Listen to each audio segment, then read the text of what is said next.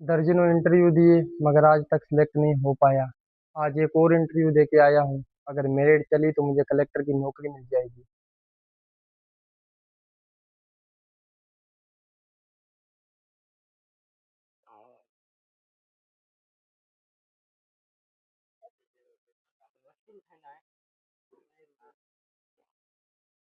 लालचंद, तुमने अभी तक ईंटें नहीं उठाई? जी मालिक, अभी उठा देता हूँ ईंटें सारी। शाम से पहले उठा देना।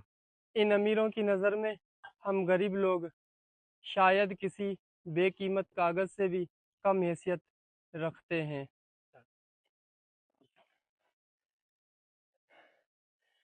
ए अल्लाह, वो दिन कब आएंगे जब ये मेरी तमाम तकलीफें दूर हो जाएंगी।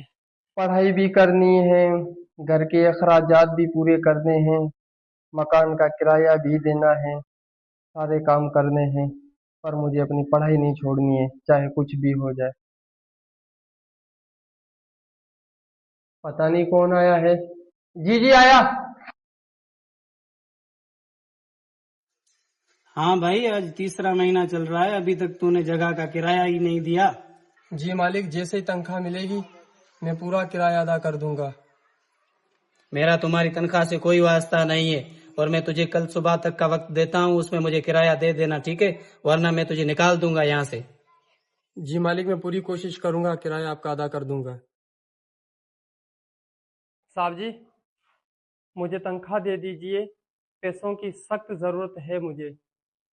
तुमसे ढंग से काम तो होता नहीं, आए हो तनख्वाह लेने।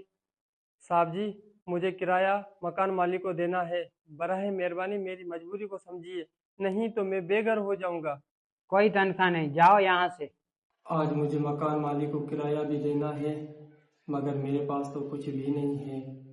मुआशी हालात की तंगी की वजह से मेरी पढ़ाई पर भी बहुत असर पड़ रहा है।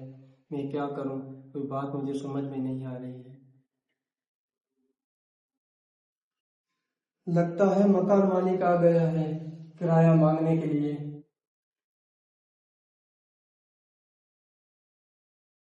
लालचंद भाई, किराया दीजिए, आपको दिया हुआ वक्त मुकम्मल हो गया है। मालिक, कुछ दिन और सब्र कर लीजिए। दफा हो जाओ यहाँ से और अपना सामान उठाओ, निकल जाओ। क्या मैंने तुम्हें यहाँ पर मुफ्त में रखने का ठेका लिया? ये लो अपना सामान और निकल जाओ यहाँ से।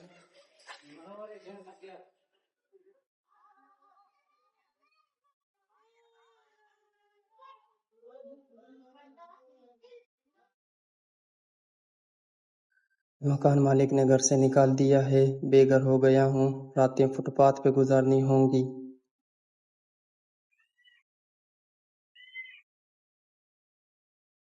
पता नहीं किसकी कॉल है। मिस्टर लालचंद, आपने कलेक्टर की जॉब के लिए इंटरव्यू दिया था, उसमें आप सेलेक्ट हो गए हैं। जी कल से आकर अपनी जॉब ज्वाइन करें। जी जी सर, मैं कल ही ड्यूटी ज्वाइन करूंगा। मेहरबानी सर। शुक्र है मेरे मालिक। यकीनन गमों की अंधेरी रात के बाद खुशियों का सूरज तलू होता है।